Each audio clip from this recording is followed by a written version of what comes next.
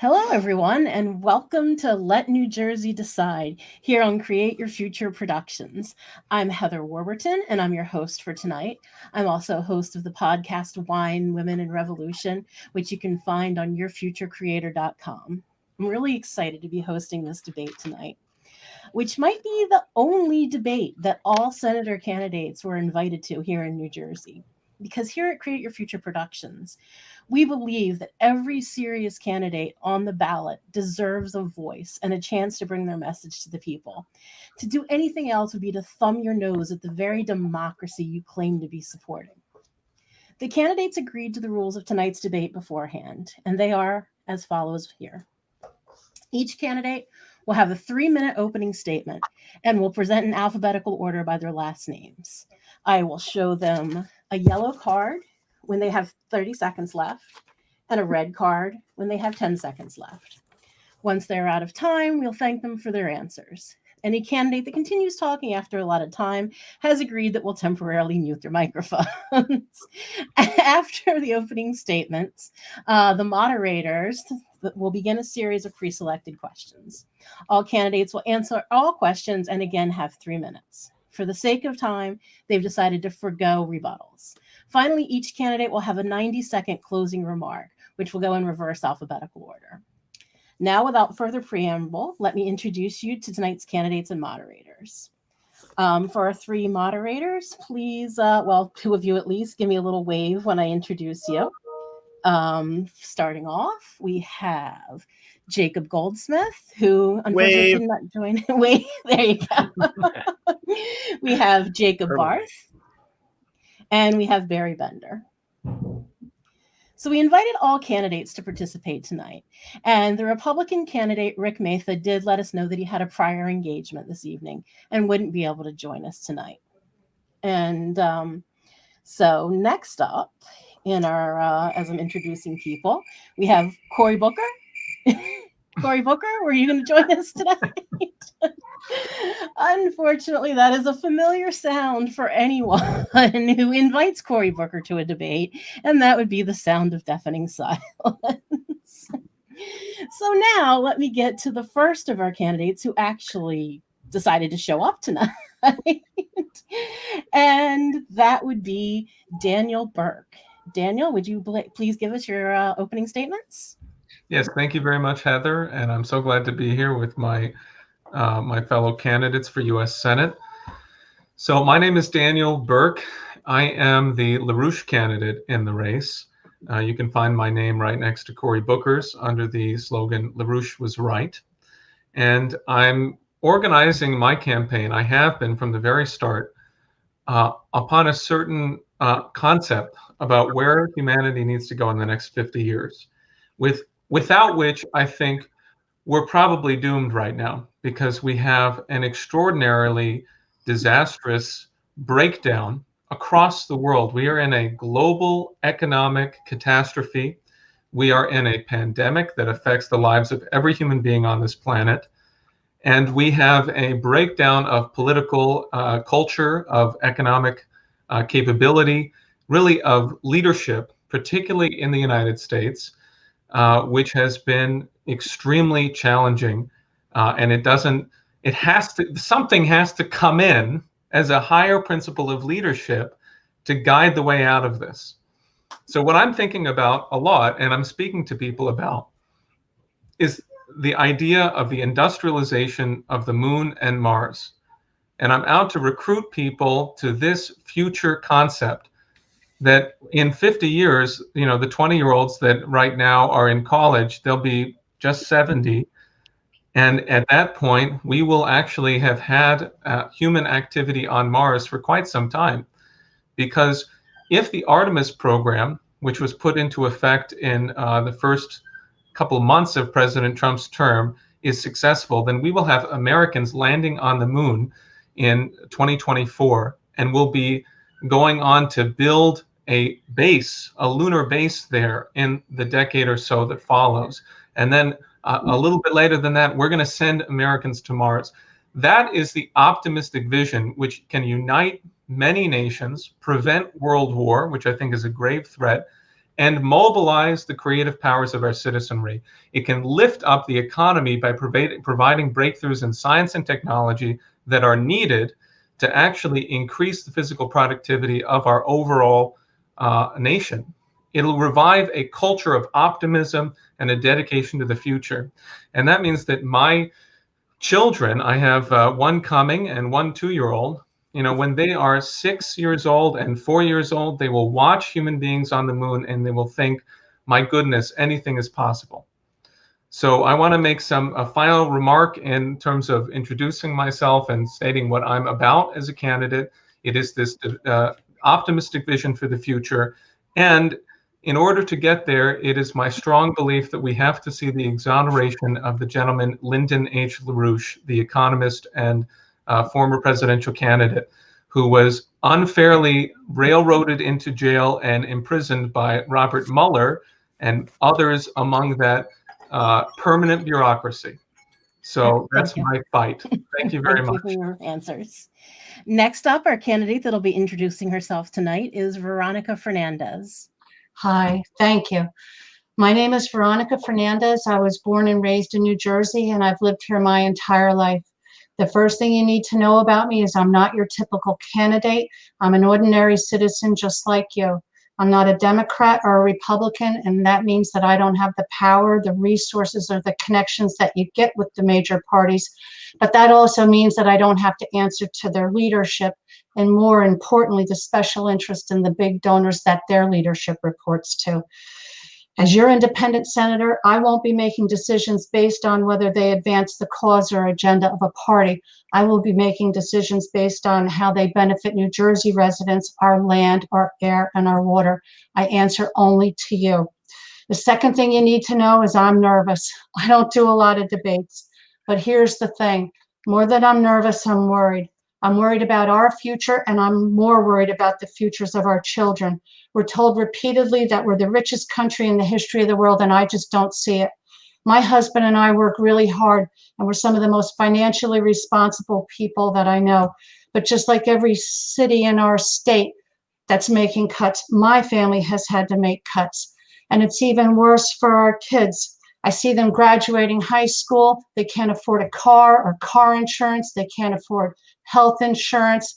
If they go to college, they wind up tens of thousands, if not hundreds of thousands of dollars in debt. And the American dream of owning a home is just way out of reach for them. In fact, what I heard, and I think it's even more appropriate for young people today, is if you work hard and dream big, you can be able to afford the necessities to just get by. And that's not right. We should be doing better, not worse. Cory Booker's been our senator for 7 years. And during that time, he's only shown us he wants to be anything but our senator.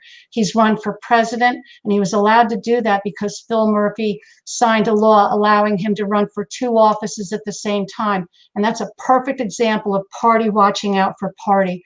I'm sure he would take the VP offer if it were offered to him. And I know that if Biden wins, he's going to join that administration and leave New Jersey. And that means once again that the Democratic Party is going to be picking our next senator.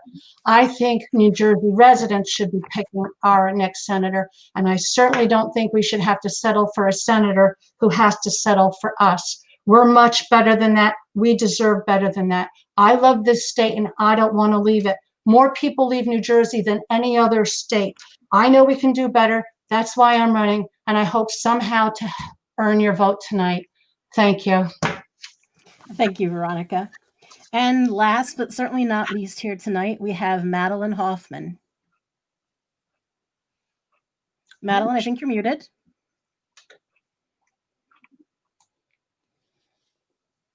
Yeah, here, I can unmute you. Oh, no, I can't unmute you. There you go. I got No, it. there you go. Okay. Okay. Take Now it away, I'm not Madelyn.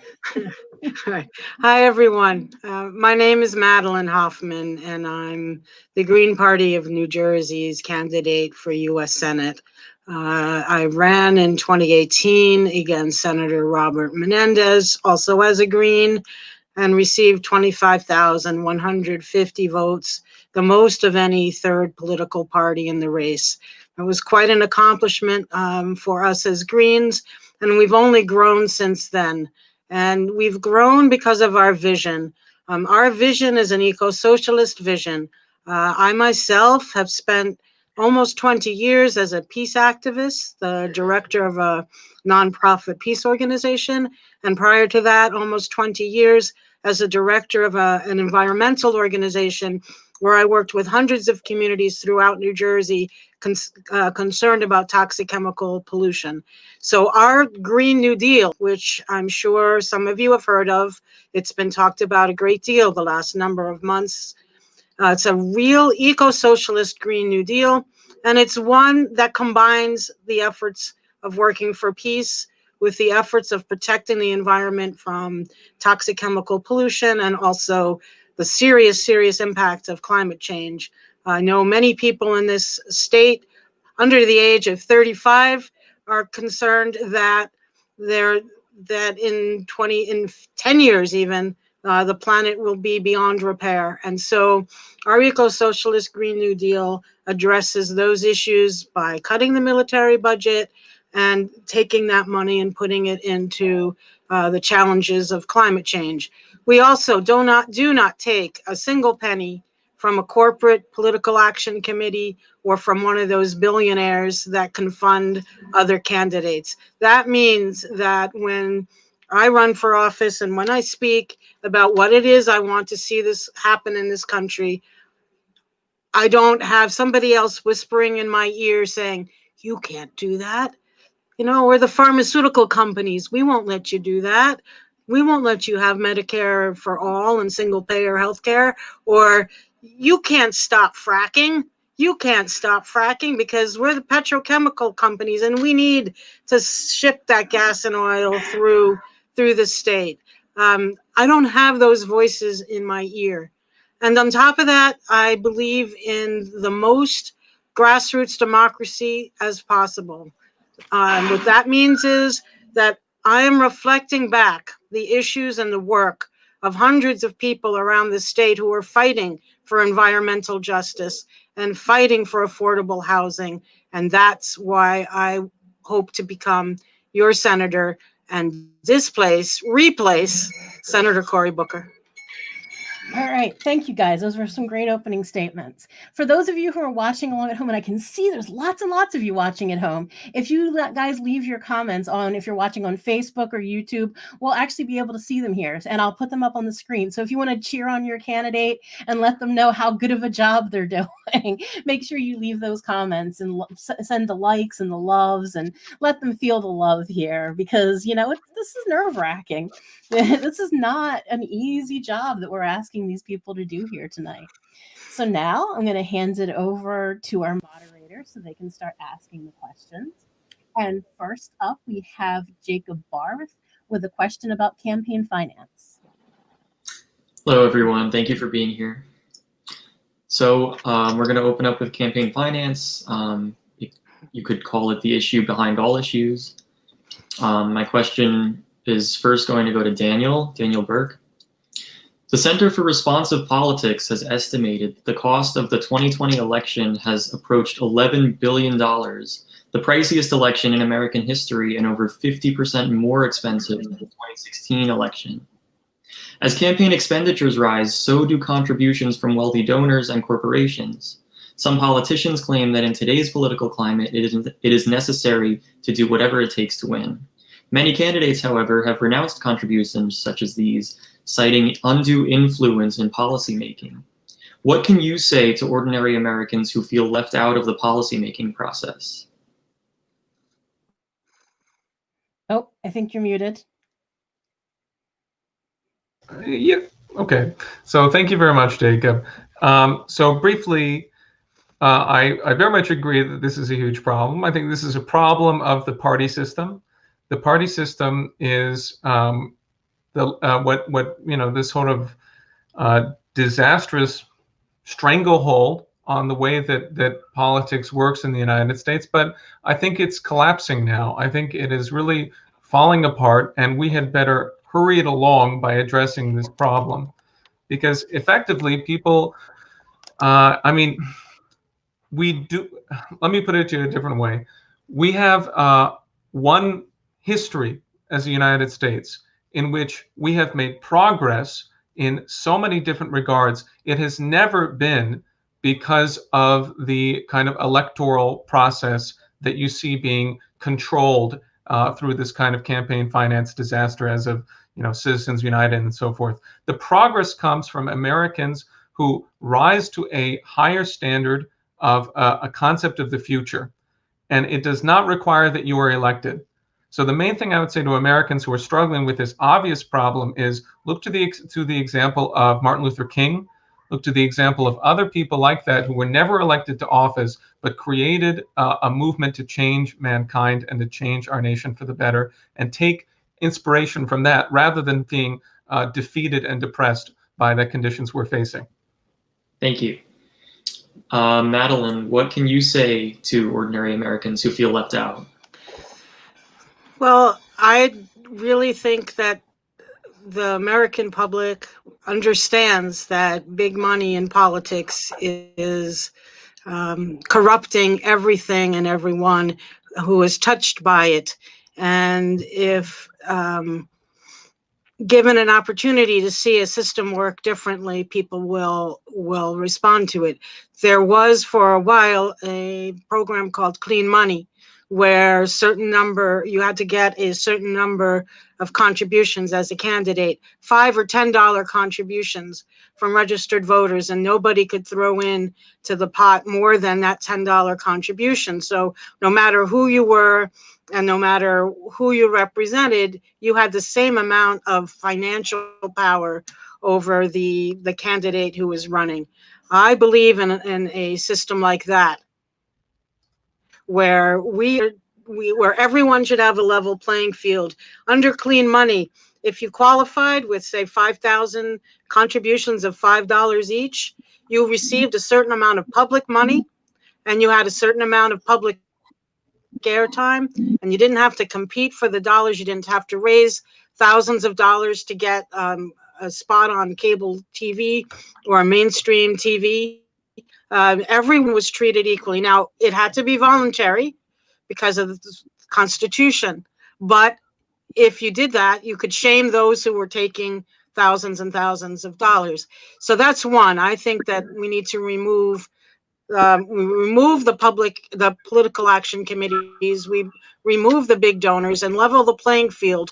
That means more candidates can run from more modest means and background, and that means that those candidates who are running aren't beholden to those special interests. I also think we need to implement ranked choice voting.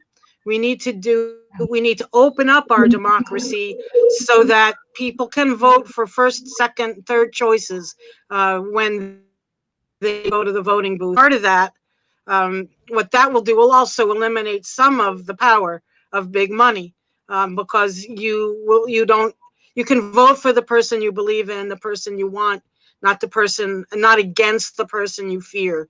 And if we do that, that will open up the process and allow us the kinds of policies that we need that will benefit everyone, not just the 1 or the 0.01% of the 1%, who are those who are benefiting now from the wars, from the prices of pharmaceutical products, from the production of chemicals, and so on. Thank you, Madelyn. Veronica, what do you say to ordinary Americans who feel as though they have no say in the policymaking process? Well, I would say that they're right to feel that way because they are left out. In fact, Ruth Bader Ginsburg said if there was one ruling she could overturn, it would be Citizens United. The Supreme Court got it wrong on Citizens United. And in 2010, when they decided on that, it has allowed corporations and unions to pour billions of dollars into our campaigns.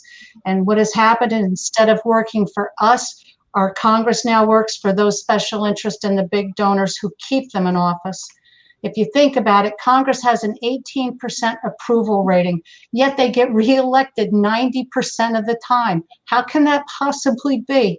If someone's doing a bad job, they should be fired, but yet they stay in office. And the reason they stay in office is because their reelection campaigns are funded without limitation, and we don't even know where a lot of the money comes from. And in return, our policymakers write legislation to benefit the donors and not us. In fact, we used to have congressional staffers that would write bills.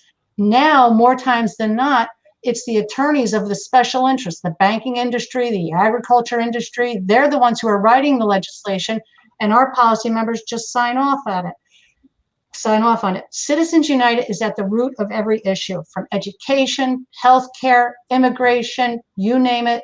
That's where the money is, and that's where the problem is.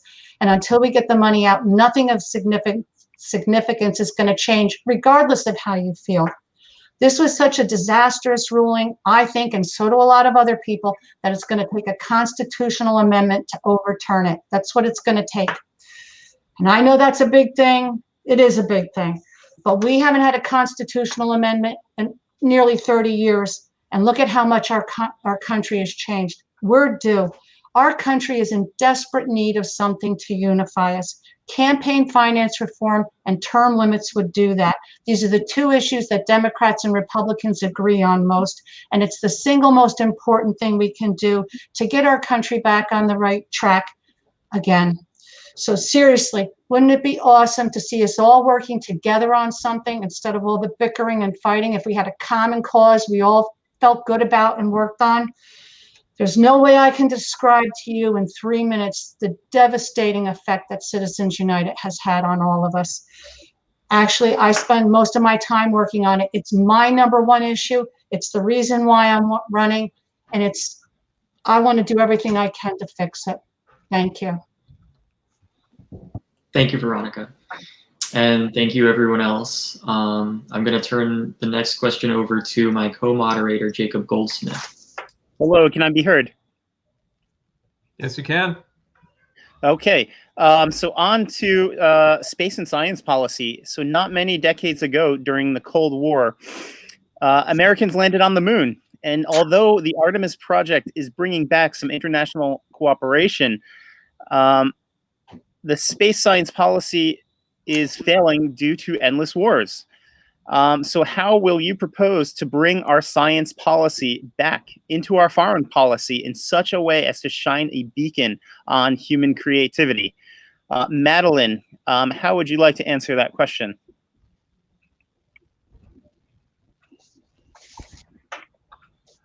I think you're muted, Madelyn. Yes. Important issues to my campaign, and that is excessive military spending and endless illegal wars. We spend right now, minimum, depending on how you cut it, we spend a minimum of $740 billion with a B on our military. And we wage war, the United States wages wars of choice, winds up in areas around the world where the United States is not actually welcome, and expends a lot of our people's lives, and also then making it less, making it at home. And so I would cut the military budget by at least 50%. I would take that money and I would put it into a variety of things. One of those things would be space exploration.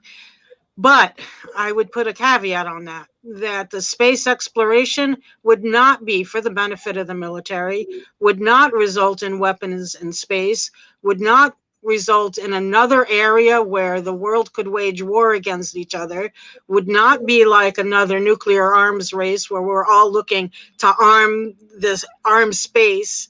All of that would not be something. I would not support that, because I think that space can be explored for peaceful purposes, and there are scientific discoveries we can find. Is there life elsewhere in this universe? What does the Earth look like from a distance? That was one of the most iconic photographs ever. When that was photographed from space, people could see what the Earth looks like and put into perspective what human life is on the face of the Earth. So I don't disagree with using some money for space exploration, but I would make sure that it was for peaceful purposes, not for purposes of war, and the space would remain unweaponized. I think that pretty much summarizes what I would have to say about that. Thanks. Okay.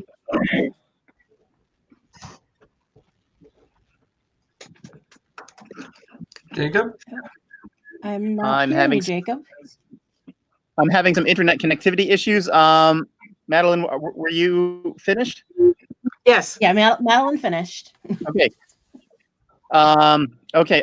Veronica, space policy, science, and wars. How would you answer this? Sure. Whenever science and space come up, one of the first things I think about is when I was 10 years old and we landed on the moon. And, I was only 10 and I don't remember it specifically, but I do remember the pride I felt in watching it on TV. And you see it all the time and you still get that feeling of pride. When I was a kid, there were many times when I felt like I lived in the best country in the world. And that was just reinforced by everything that was around me. My father always watched the news, and every night we would hear Walter Cronkite talking about Vietnam. And he would always talk about the number of troops that were lost. And I remember asking my father, "What is a troop?" And he said, "It's a soldier." And I was just so sad when I realized that meant troops were being killed. I was a kid. The other thing that they talked about was guerrilla warfare. And as a kid, I thought that was guerrillas fighting. And that's just how it is. But, that's how you think when you're a kid. One of the main reasons I'm running is because I want to live in the country I thought I lived in when I was a kid. I know we still have that potential.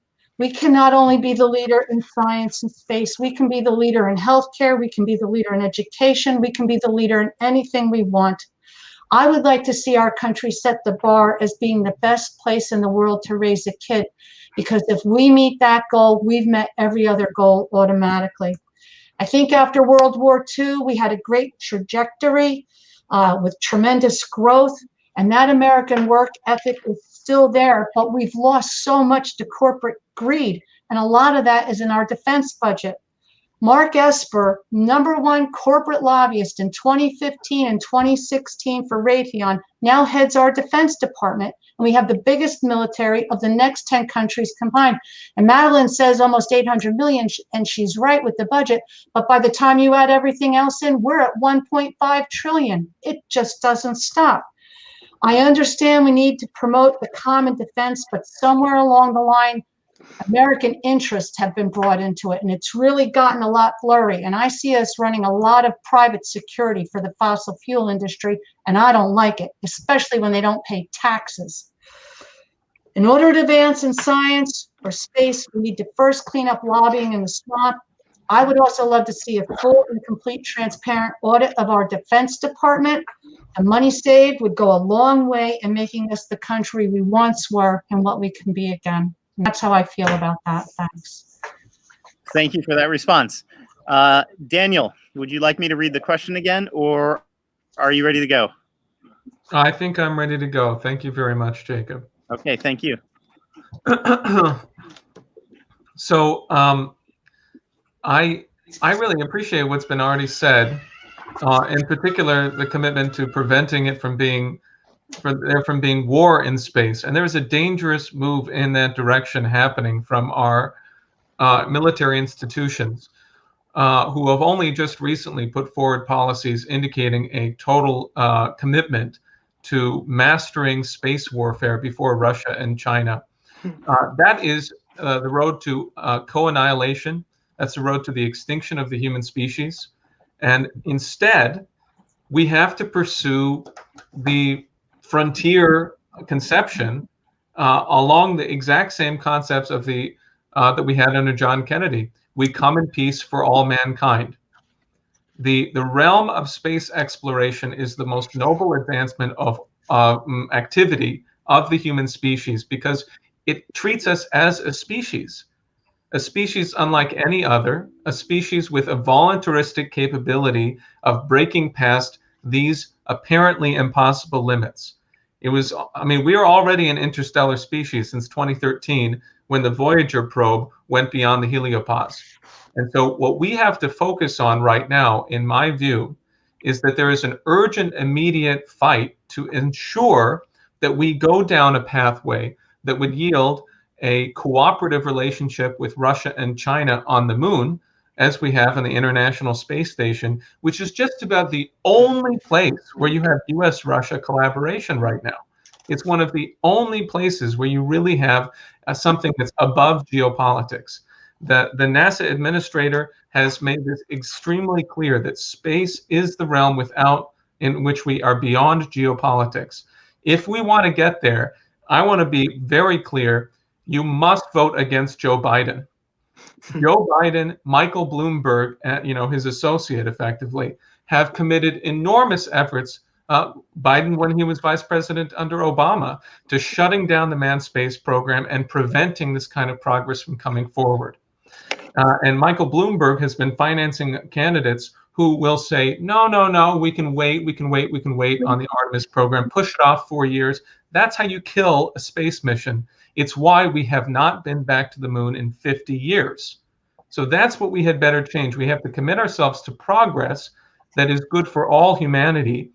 And that, I believe, is the pathway to rise above the endless warfare, which is an imperial system. It's a reflection of a completely degenerate, collapsing imperial system, an oligarchical system that the United States was founded to oppose. So I'll conclude by pointing out one major element of this, which is economics. Chase Econometrics did a study of the Apollo program. Every dollar, this is 1978, every dollar that went in to that budget yielded $10 in terms of actual new economic conditions, results. There's a new result from NASA, a new report. I urge you to read it. It shows the same thing is happening with the Artemis program. We have to fight for this. It's the engine of our economy. All right, thank you. Thank you, Daniel. I will yield to the next moderator. That would be me. And this is Barry. Hi, Veronica. The first question, you're the first person to get the question, and it's in regard to foreign policy of the United States. Regarding U.S. foreign policy, presently, the United States maintains upwards of 800 foreign military bases around the world. Do you feel this should be continued, or would tax dollars be better spent on other things? Thank you. I hate going first, especially on an issue that I'm not strong on. In fact, I have more questions on this than I do have answers. You know, our country, we've been a country for 244 years, and we've been at peace for 17 of them. My first thoughts are charity begins at home, and the best offense is a good defense. I think to have the best effective foreign policy, we first have to have the best domestic policy. And to be honest, when I look around at other countries, I feel jealous. We're the only industrialized modern country not to provide health care for all its citizens, and that's been devastating to Americans, both physically and financially. Belarus has a much better maternal mortality rate than we do. We're the only country that doesn't provide paid sick leave to our citizens. We're told we're the richest country in the history in the world, yet millions of us live paycheck to paycheck. How can we lead and help shape others when we can't take care of our own? I've done some research on this, and I think the best ideas I found for a stronger foreign policy suggest that a strong American middle class be its driver. Having the well-being of American workers be the priority in trade and investments instead of corporate profits.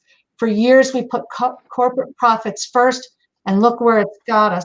I'd also like to see us restore our lost relations with our allies. We have much more strength when we work together, especially on climate change, global health, immigration, the elimination of weapons, and information and technology is very important going forward in this global economy. Our country is still strong, and I think the United States is still best positioned to create coalitions to tackle all these issues. But again, I'm no expert, and I'm never going to pretend to be somebody I'm not. I also believe it's a sign of strength when you don't know all the answers and you look outside for help. And I want you to know that I'll go out of my way to get the best advice I can on this or any other issue as your senator when I need help. But I do know that by shaping our own future, we'll be able to provide a better and more effective foreign policy. Thank you. Thank you, Veronica. Daniel, I'll read the bottom. You need the whole question, or the end of the question is, do you feel this should be continued, or would tax dollars be better spent on other things? Well, I don't like being part of an empire. I don't like it at all. I think that I want to bring up something, though, to put this into context, which comes from my study of Lyndon LaRouche and his political interventions over the years, because he always fought against these insane wars, going back to Vietnam. And what he had to provide as a conception here is that these wars are happening because, and I think this goes very much to what Veronica said, because of the fact that there is maintained an imperial system that pits nations against each other. And this is run by global financial circles. It's run by what's known as the military-industrial complex, the cartels of various types. And those people have as the target not just the people in Iraq. They killed, a million of them were killed. They have a target of the American taxpayer or the American, middle class, and that's been dismantled through a process of, deindustrialization, controlled disintegration, they called it, and financialization of the economy over the past 40, 50 years. So that's my view about the cause of this.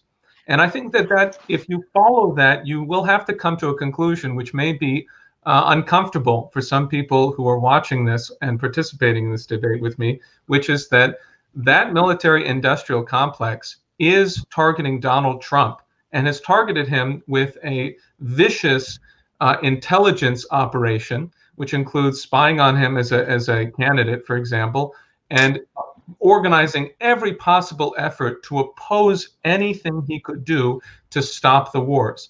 Now, I am not here to say anything other than that we had better stop that international, I think it's largely Anglo-American intelligence operation, intelligence apparatus from perpetuating these imperial wars. And if we want to stop that, people, including those who do not like Donald Trump, need to stand up against the fact that he's been targeted by what is clearly an attempted coup. And so there's a lot of people, for example, the late Stephen Cohen, who was the NYU professor, expert on relations between the United States and Russia, who was not a Trump voter, but made extremely explicit in a number of meetings that I attended personally, that if you're going to deal with this, you have to go at the CIA, you have to go at the FBI, have to go at the cause of this kind of policy. And those are people who believe that the world is shaped by limited resources. They believe that it is impossible for nations to have common interests. We have to challenge that and provide a vision of how nations can collaborate if we want to escape these wars. Thank you, Daniel. I guess now I'm sorry, Madelyn. Okay. Want me to read the end of the question again? The end of the question is, do you feel this should be continued, or would tax dollars be better spent on other things? I emphatically believe that the U.S. foreign military bases need to be shut down. We have, the question says upwards of 800. As I was doing my research again today, it's actually 883 military bases in 183 countries on all 7 continents. And so Daniel is right in saying that the military bases are the symbols of empire. They are not to protect the United States, that they are looked at by those people in those countries where the military bases are located. They're looked at as aggressive. They're looked at, they spark those countries to spending more, they spend more money on military equipment and hardware to try to counteract what the United States aggression. we need to shut those military bases down. I've signed a peace pledge, Black Alliance for Peace, that talks about all of the military bases that are in Africa, for example.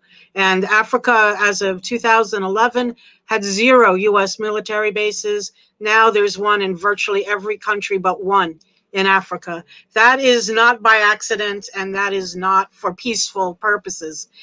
So yes, the military-industrial complex is swallowing up more and more of our tax money. In fact, our military budget, plus what Veronica was adding to it, from the 740 billion to the 1.5 trillion, out of every tax dollar that you and I spend, there's about 57 cents that goes to the military and 6 cents that goes to education. Now, if you're like Cory Booker and you want to privatize education, maybe you're okay with that. Maybe you're saying if we starve public institutions of tax money, then the private corporations can snatch them up. I don't believe in that. I don't agree with that. I think that we need our spending priorities as a country, and I think that money we could implement single payer, improved and expanded Medicare for all.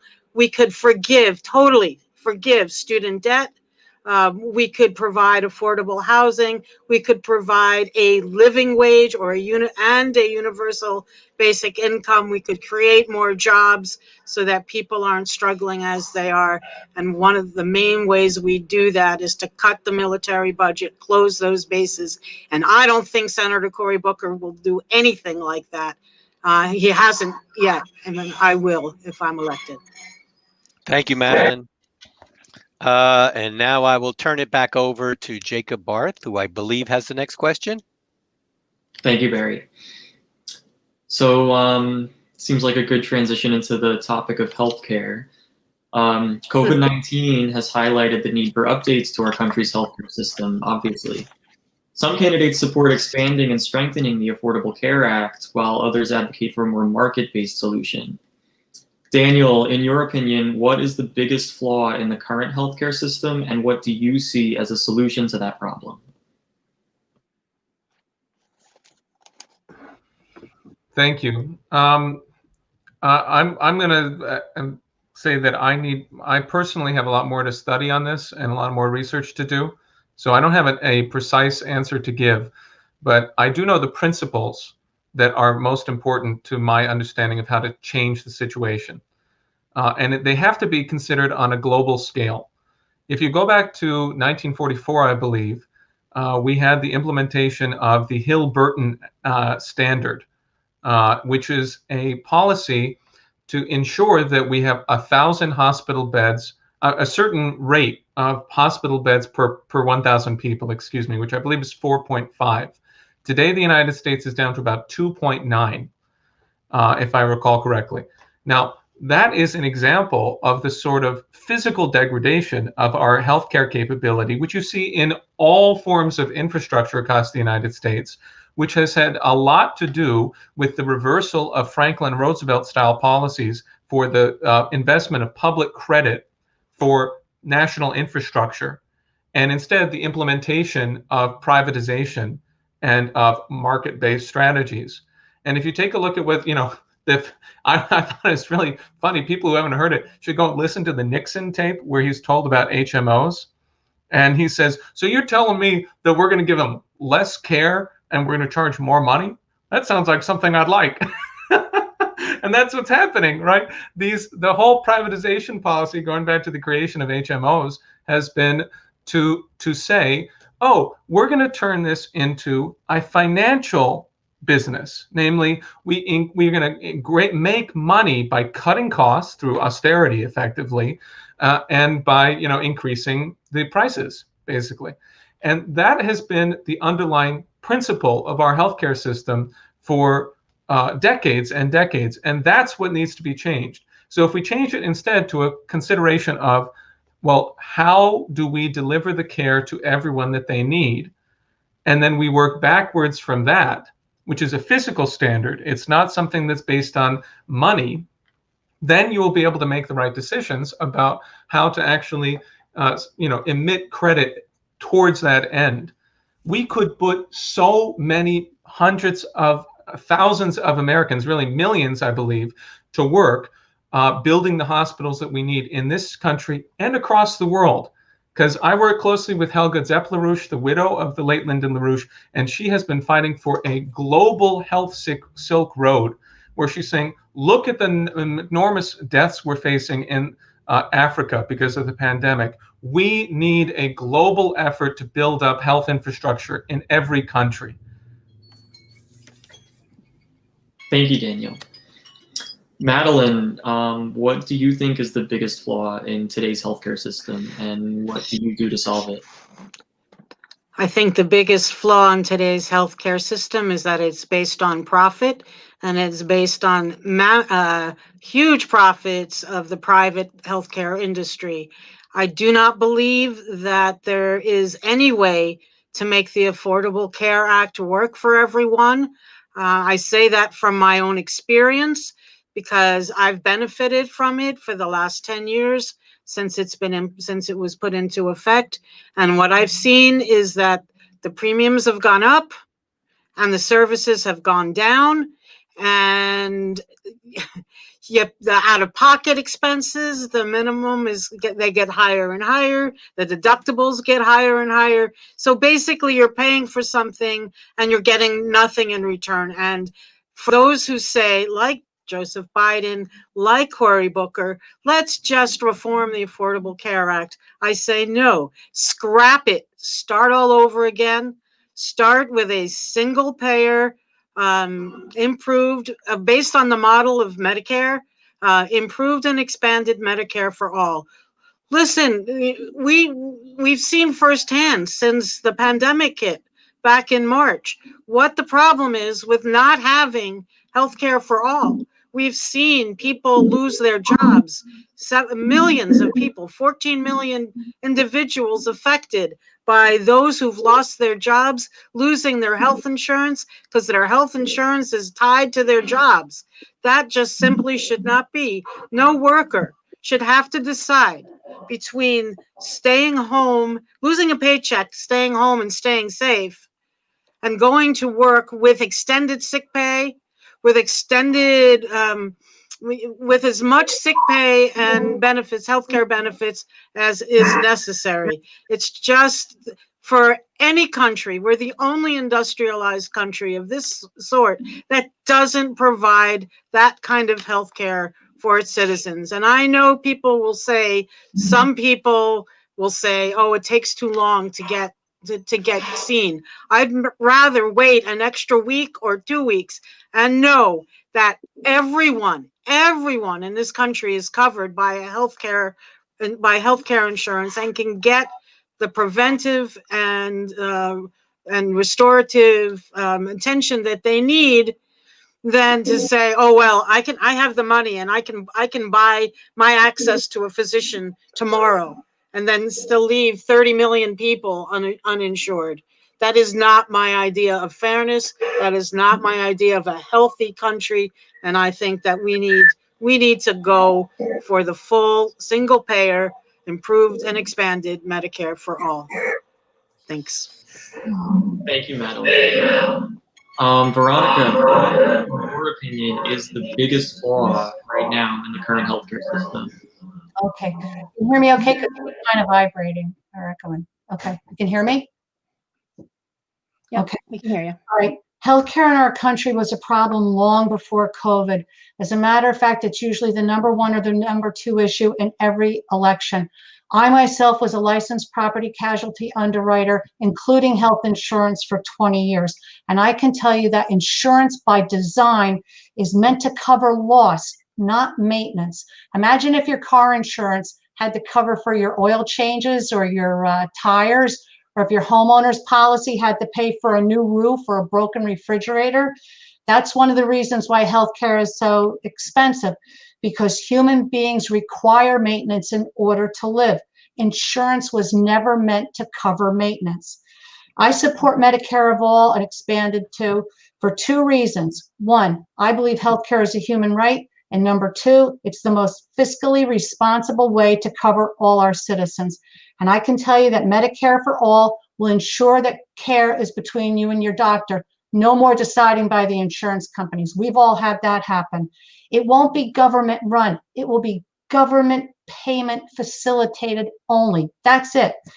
What a lot of people don't know is Medicare for all will substantially reduce our property taxes. In every one of our municipal budgets are millions of dollars in healthcare insurance premiums for all our workers. And when you go to the state or the federal level, that goes up into the billions. And I agree about the ACA. It is not the answer. It's a gift to the insurance companies. And what a lot of people don't know is 8 out of 10 ACA policy premiums are subsidized by our taxpayer dollars. You expand the ACA and our premiums are going to go through the roof. It's a gift to the insurance industry, and it's just not good. Medicare for all would eliminate the need for workers' compensation in New Jersey. That's a duplicate coverage that employers are paying. Whether you break your arm at work or in your backyard, doesn't make any difference about the treatment. Why are we paying duplicate coverage? We don't have to. Employers will do so much better with Medicare for all. For personal people, it's going to eliminate the personal injury protection of the no fault on your personal auto insurance policy. Everybody who has a car insurance policy will save a couple $100s a year on that by going for Medicare for all. We have all this duplicate, unnecessary coverage. I was in the industry. I know what a ripoff it is. Health insurance, everybody says they're worried about health insurance companies going out of business and they're going to lose jobs. That's not going to happen. Insurance companies can retool and they can write hundreds of other lines of insurance that people and businesses need and keep their employees. The biggest flaw in our system isn't Democrats or Republicans. It's the healthcare industry's chokehold on our policymakers. And whether you want Medicare for all, a private system, or something else, nothing is going to change until we get them out. They got 5 lobbyists plus staff per member of Congress. It's insane. Thanks. Thank you. I'm passionate about it. All right, take it away, Jacob. Hi, can I be heard? Yep, we can hear you. Okay, wonderful. So the next topic is banking. So in 2000, I would actually like to just say that was a very interesting discussion about healthcare, and I will be sort of bringing healthcare into our next topic, which is banking in some fashion. So in 2018, the housing market crashed. This was actually predicted. People have predicted this. Similarly, pandemics were predicted to happen. Yet we privatized healthcare and paid dividends to stockholders who own stocks in these companies. Why is our economy on the brink of imploding? And what can we do about fixing the system in such a way as to achieve long-term stability? So Madelyn, I think you are first. Okay, well, our economy is in big trouble, and part of that is a tremendous gap between the richest and the poorest, an ever widening gap between the richest and the poorest, and the greed of those corporations that are profiting off of what people need. We were talking about that, the windfall profits to the healthcare industry with the Affordable Care Act. There are windfall profits being made by other large corporations that are draining the money out of our treasury, and both Democrats and Republicans alike are in favor of that.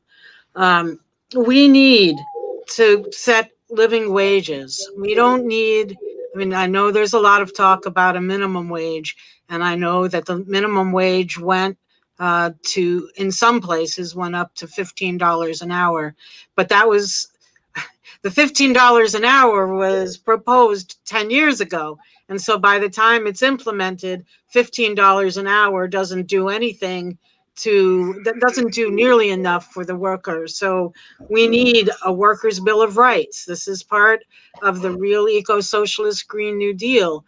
A workers' bill of rights that includes a living wage, not a minimum wage. And maybe in New Jersey, the living wage would be $22 an hour, $24 an hour. During the pandemic, we still need, look at the way the political parties are fighting over a second stimulus check. And, Senator Cory Booker promised that those left out of the original stimulus check, like immigrants and students, and those without homes, would all benefit from the next stimulus check. What stimulus check?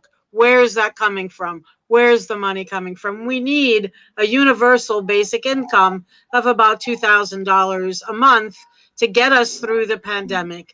And then we need jobs. We need the jobs to come back that have been lost during the pandemic, during the shutdown. And we need workers to get that living wage. And if you have the Medicare for all, improved and expanded Medicare for all, I failed to mention that if you cut the military budget by 50%, no taxes need to be raised to fund the single payer Medicare for all, because you just move that money over and help to fund it. So I think we need to look at the root cause of the problem. The root cause of the problem is capitalism, the ever widening gap between the rich and the poor. And I would support programs that would address those gaps and make them work and move toward an equalized income. Sorry, I know I went a little bit further than my time. I couldn't get the words out. No worries. Veronica, why is our economy on the brink of imploding, and what can we do about fixing the system in such a way as to achieve long-term stability? Yeah, thank you. The first part of the question was about the 2008 housing market crash, and I remember that really well. I was against the bailouts, and I personally know people who lost their homes. They had to move out of their states, pull their kids out of our schools. It was devastating for families. There's a quote that Daniel Burke has on his website that I really like, and it says, "Taxpayers shouldn't be on the hook for Wall Street's bad gambling decisions." And I don't think you can say it any better than that. Since 2008, and even more so since Citizens United, Wall Street has been very busy in Congress. In fact, they spend $1.5 million per day in lobbying. During the 2018 midterms, they spent $2 billion in campaign contributions and lobbying, and it's paying off. In fact, the head of our Treasury is Steve Mnuchin, a 17-year Goldman Sachs veteran, and he's very busy deregulating all the laws we put in place to actually prevent this from happening again. The banks are thriving in Congress, and it's got to be stopped. The recent CARE Act was the second most lobbyist bill in history, and the bank's fingerprints are all over it. Stimulus payments to business and people could have been made through the IRS. It could have been done through Social Security or some other less expensive means. But the banks saw another opportunity to make profit off of a crisis, and we have no idea how much money they're getting for it. And for them to make out on a pandemic just disgusts me. And try to get customer service with the bank and handling any CARES issues. And you can't go to the bank and do it. You've got to, it's just awful. Something you should know about our opponent, Cory Booker. He's a real friend of Wall Street. In 2013, he took more money from Wall Street than any other candidate. Healthcare used to be his biggest donor, and he's taken hundreds of thousands of dollars from the very pharmaceutical companies that pollute our street and poison our kids with opioids. That really makes me angry too. But Wall Street is still his favorite, and he consistently votes, check his record, against regulations from stopping this from happening again. And he's yet to call for a reinstatement of Glass-Steagall. I think it's only a matter of time before we have another collapse. And the only way to prevent it, I know I beat the same drum about campaign finance reform, but that will get the banks out of Congress. We got to get all these guys out of Congress and have our policymakers start making policy for us again. And I'd like to see the post office doing banking again to help our lower income people out. They used to do that and they don't anymore. Thanks. Thank you. That was a very interesting response. I appreciate that. Daniel, perhaps you could elucidate about who made these predictions and talk about why our economy is on the brink of imploding and what we can do about fixing our system. Thank you very much, Jacob. You know, my first experience with Cory Booker is I met him in 2012. I'm 34 now, so this was 8 years ago, and I was in Detroit for the Democratic Party policy platform convention. And me and my friend Robert Bowen, who is a LaRouche PAC organizer, we worked together to try to get Glass-Steagall introduced into the party platform. Guess who blocked it? Cory Booker. Okay. I hope that I can recruit the audience and also my fellow candidates to a number of policies that I became recruited to by studying the economic forecasting of Lyndon LaRouche, who is one of the only people who, not just that he forecast the housing bubble would crash, he forecast a systemic crash. And you can look at his forecast from 2 weeks, from 6 months before the 2007-2008 crash and compare them to what anyone else was saying. There was almost no major economist who made anything of a prediction of his type. How did he know that this was coming? Because what we've been under is a process in which, with the repeal of Glass-Steagall in 1999, there has been unlimited bailouts allowed for the banks. We need to restore the distinction between commercial banking and investment banking, which would mean we would split up the institutions and we would crush Wall Street, which is what we should do. Wall Street is not a friend of the American people or the government. They don't act in the interest of the United States. If you put through Glass-Steagall, you would force the banks to decide whether they're going to act for physical benefit of the economy or just gamble. And if you gamble, then you are eliminated from possibility of bailouts. The second thing that we need to do is that we have got to, and by the way, this is widespread, both Republican and Democrats support Glass-Steagall. Then we need to go to national banking. Basically, since the pandemic, since the CARES Act period, we have had up to $6 trillion pumped by the Federal Reserve into Wall Street markets and international banks as well. We need right now to federalize the Federal Reserve or nationalize it. I want to urge people to study the work of Paul Gallagher, my colleague at Executive Intelligence Review, who has put forward a plan to emit $1 trillion in credit from the Federal Reserve for the purpose of major infrastructure projects across the United States, which would put people to work immediately. And I would put a focus here on the document written by Lyndon LaRouche in 2014 called the Four Economic Laws to Rescue the U.S. Economy, in which he states that if we use those two principles at the outset and then focus on space exploration and nuclear fusion energy research, the breakthroughs of fusion, then we could totally transform our economy and save our people from the conditions that we're in presently. All right, thank you. It looks like we did lose Jacob, our moderator, but that was his last person he needed to ask a question of. So if you're going to lose someone, the timing couldn't have been better.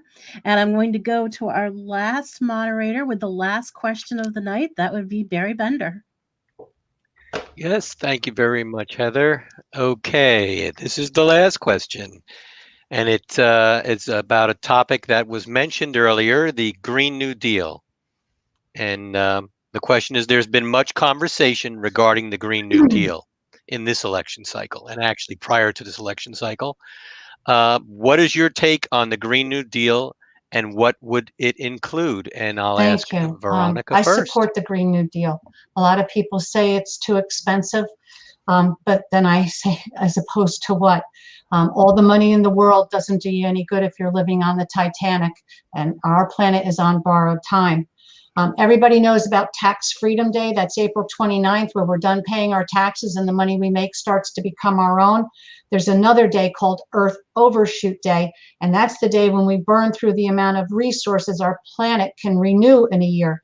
This year, it was on July 29th. In 2012, it was on August 22nd. We are getting much worse rather than better. Our country had a revolution, and we created jobs and grew the economy. We had an industrial revolution that created jobs and grew the economy. And now we need an environmental revolution that will create jobs, grow the economy, and make our planet safe for our children and future generations. The fossil fuel industry is an excellent example of how Citizens United has affected our lives and our environment. They've spent billions of dollars in advertising in every election to make sure they keep the same sympathetic policymakers in office, and they've outspent renewable energy lobbying 13-1. Because of the 2017 Jobs and Tax Cut bill, 60 of the Fortune 500 fossil fuel companies paid $0 in taxes, and that was a net loss of $16 billion in revenue that us taxpayers have to make up. And on top of that, somehow these same companies managed to get a refund of almost $5 billion. How does that even happen? I don't get it. It's not a coincidence. The greenest spot in DC is the swamp, and it's in full bloom. The head of our EPA is Andrew Wheeler, and of course, he's a former coal lobbyist, and his policies and deregulations are creating a mess, and we're going to be on the hook for cleaning it up long after he's gone. You would think that we're entitled to clean air and clean water, but we're not, and our environmental behavior also highlights severe racial and economic disparities. Did you know that in New Jersey, New Jersey has the most Superfund sites of any other state, and 70% of our contaminated sites are within public housing. We desperately need the Green New Deal. It's not going to eliminate development. It's going to ensure that development is done right and that we're not left on the hook paying for all the cleanup. It's going to create jobs, it's going to protect the planet, and it's going to save money. An ounce of prevention is worth a pound of cure, and I absolutely support the Green New Deal. Thanks very much, Veronica. Daniel, same question. What is your take on the Green New Deal, and what would it include? Thank you very much. I have a strong disagreement with on the Green New Deal. I think that if you examine what has been, I want to put forward a hypothesis to people, who are in favor of it. Okay, because I was once an environmentalist, and I began to investigate and sort of identify where is it that the policies are coming from. And I think that if you look at the originators and the funders, we've been talking about that all night. It's coming from people like Prince Charles and Michael Bloomberg, who I have to tell you, I don't support them. And the policies, for example, Bloomberg spent famously $500 million on his presidential campaign, which was a joke. He spent $500 million trying to eliminate coal across the entire world. Now, what is the impact of that? Can Kenya, can India provide an appropriate level of electricity consumption for the appropriate levels of life on renewables? No, they need cheap fossil fuels. They need coal to lift people out of poverty. The hypothesis I'd like to submit to you, which I think is absolutely provable, is that the approach of going to renewables, as opposed to nuclear power and thermonuclear fusion, which are the most obvious things to do next, that approach has been implemented by people who want to keep poor countries poor. And if you look at the role of Mark Carney, the head of the Bank of England, in organizing this Green New Deal approach, they're creating a huge bubble. The central banks are all behind the Green New Deal. Why is that? Why is it that the head of the Bank of England is the leading proponent of this type of activity? Well, it's because they're actually creating another bubble, and they're using this to enforce austerity measures on the people. If we do not have advances in levels of energy flux density where we go up the chain to nuclear and thermonuclear fusion, then we are reducing the electricity consumption and production that's possible in our society and in the world. So I think if you look at the question, simply ask yourself, is it possible to have a Green New Deal in Kenya? Is it possible to have this in Bolivia? And you will find no. In fact, what you need is to rapidly increase the amount of productive capability, which is done through the measures that we used when Franklin Roosevelt electrified the United States, when we had the actual New Deal. These were matters of increasing physical productivity foremost. Now, I'll say finally that I think the issues of superfunds, the issue of pollution, is extremely serious. But the way to handle that is also through nuclear power and thermonuclear fusion power. For example, a nuclear desalination plant could clean up every river in the United States if we place them there. Thank you, Daniel. Madeline, same question. I'll just read the tail end of it if I get this cat out of the way. What is your take on the Green New Deal and what would it include? And goodbye, Butters. Well, first of all, I've heard, and you've all probably heard, Joe Biden say, it's not my Green New Deal. And our candidate, the Green Party's candidate for US President, Howie Hawkins, has responded by saying, I know it's not your Green New Deal, it's mine. Because Howie Hawkins, our presidential candidate, was the originator of the Green New Deal way back in 2010. And he was the first to run on a Green New Deal. But his Green New Deal did not, it challenges the chemical corporations. It challenges all corporations because it's an eco-socialist Green New Deal and because it confronts the military-industrial complex. We cannot have a Green New Deal. We cannot stop climate change until and unless we stop these endless wars and cut the military budget. I say 50%. Howie Hawkins says 75%. It has to happen in order for us to, well, the military, in addition to sucking all this money out of our treasury, the military is also the largest consumer, one of the largest consumers of fossil fuels. So it's ironic if we're overseas fighting for oil when the military is burning the fossil fuels that's creating global climate change and global warming. So the Green Party's Green New Deal has to include confronting the military-industrial complex. Otherwise, it's worth nothing. And then the other side of it